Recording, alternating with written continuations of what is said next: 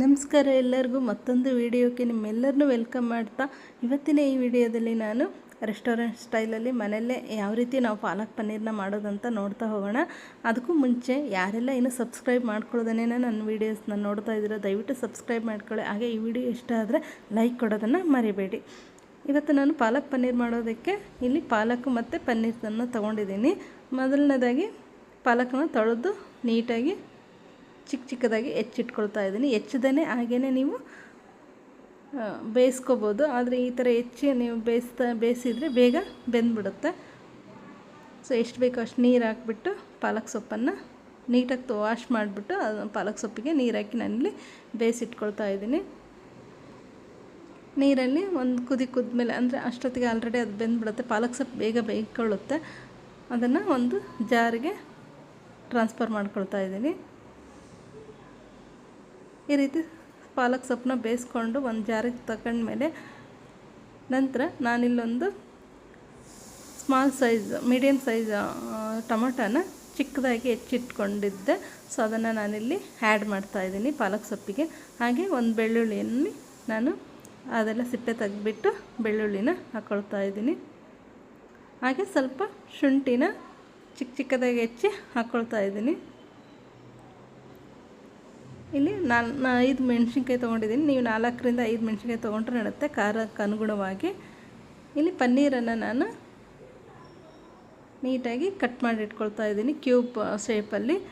So ಮಿಕ್ಸಿಯೆಲ್ಲ ಹಾಕಾದ್ಮೇಲೆ ಅದನ್ನೊಂದು ಸೈಡಿಗೆ ಇಟ್ಕೊಂಡು ನಾನಿಲ್ಲಿ ಪನ್ನೀರನ್ನು ಚಿಕ್ಕದಾಗಿ ಹೆಚ್ಚಿಟ್ಕೊಳ್ತಾ ಇದ್ದೀನಿ.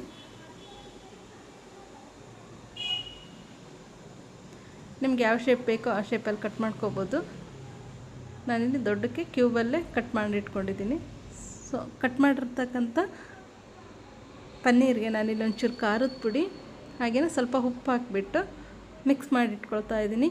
ಈ ಒಂದು ಸ್ಟೆಪ್ನ ಸ್ಕಿಪ್ ಮಾಡ್ಬೋದು. ಹಾಗೆಯೇ ನೀವು ಪಾಲಕ್ ಏನು ಕುದಿಸ್ತೀವಲ್ವ ಆವಾಗ ಹಾಕ್ಕೊಂಡ್ರು ನಡೆಯುತ್ತೆ.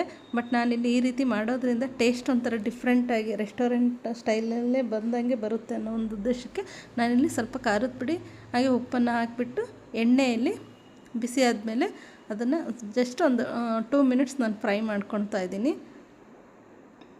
ಸ್ವಲ್ಪ ಅದು ಪನ್ನೀರ್ ಅನ್ನೋದು ಒಂಚೂರು ಕ್ರಿಸ್ಪಿನೆಸ್ ಬರುತ್ತೆ. ಹಾಗೆಯೇ ಟೇಸ್ಟ್ ಕೂಡ ಚೇಂಜ್ ಆಗುತ್ತೆ. ಈ ರೀತಿ ಎಣ್ಣೆಲಿ ಹಾಕಿ ಒಂಚೂರು ಒಂದು 2 ನಿಮಿಷದಷ್ಟು ನಾವು ಫ್ರೈ ಮಾಡಿಕೊಂಡ್ರೆ, ಇಲ್ಲಾಂದರೆ ಪಾಲಕ್ ಪನ್ನೀರಲ್ಲಿ ಒಂಥರ ಏನೋ ಹಸಿದ ಅಂತ ಆ ಥರದ್ದು ಆಗುತ್ತೆ. ಈ ಥರ ನಾವು ನೀಟಾಗಿ ಮಾಡಿಕೊಂಡ್ರೆ ಸಾಕಾಗುತ್ತೆ. ಅದೇ ಎಣ್ಣೆಗೆ ನಾನು ಒಂದು 2ರಿಂದ 3 ಲವಂಗ ಹಾಗೆ ಚಕ್ಕೆ ಕೆಲವೊಂದಿಷ್ಟು ಸಾಂಬಾರು ಪದಾರ್ಥಗಳನ್ನು ಹಾಕ್ಬಿಟ್ಟು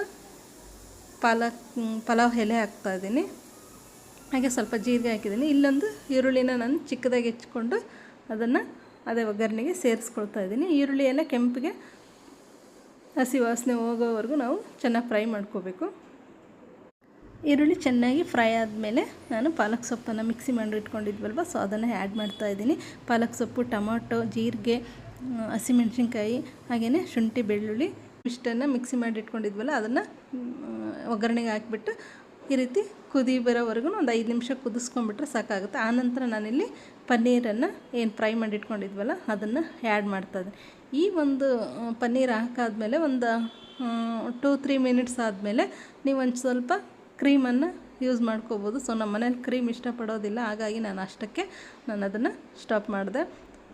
ವಿತೌಟ್ ಕ್ರೀಮ್ ಕೂಡ ತುಂಬಾ ಚೆನ್ನಾಗಿರುತ್ತೆ. ಈವನ್ ರೆಸ್ಟೋರೆಂಟ್ ಸ್ಟೈಲಲ್ಲೇ ಇರುತ್ತೆ. ಒಂದು ಸಲ ಟ್ರೈ ಮಾಡಿ. ಈಗ ನಾನು ಇದಕ್ಕೆ ಚಪಾತಿನ ಮಾಡ್ಕೊಳ್ತಾ ಇದ್ದೀನಿ. ಪಾಲಕ್ ಪನ್ನೀರ್ ಅಂತೂ ಸಖತ್ ಟೇಸ್ಟಿಯಾಗಿತ್ತು. ಒಂದು ಸಲ ಟ್ರೈ ಮಾಡಿ ನೋಡಿ. ಇದೇ ರೀತಿ ಮಾಡ್ತಾ ಇರ್ತೀರ ಎಲ್ಲರ ಮನೇಲೂ ಅಂತ ಅಂದ್ಕೊಳ್ತಿದ್ದೀನಿ. ನಂತರ ಚಪಾತಿ ಆದಮೇಲೆ ಸರ್ವ್ ಮಾಡ್ತಾಯಿದ್ದೀನಿ. ಸೊ ಟೇಸ್ಟಿಯಾಗಿರ್ತಕ್ಕಂಥ ಪಾಲಕ್ ಪನ್ನೀರ್ ರೆಡಿಯಾಗಿದೆ. ಸೊ ದಯವಿಟ್ಟು ಈ ವಿಡಿಯೋ ಇಷ್ಟ ಆಗಿದ್ದರೆ ಸಬ್ಸ್ಕ್ರೈಬ್ ಮಾಡಿ, ಹಾಗೆ ಲೈಕ್ ಮಾಡೋದನ್ನು ಮರಿಬೇಡಿ. ನಮಗೊಂದು ನೀವು ಯೂಟ್ಯೂಬರ್ಸ್ಗೆ ಪ್ರೋತ್ಸಾಹ ಕೊಟ್ಟಂಗೆ ಆಗುತ್ತೆ. Thank you so much for watching.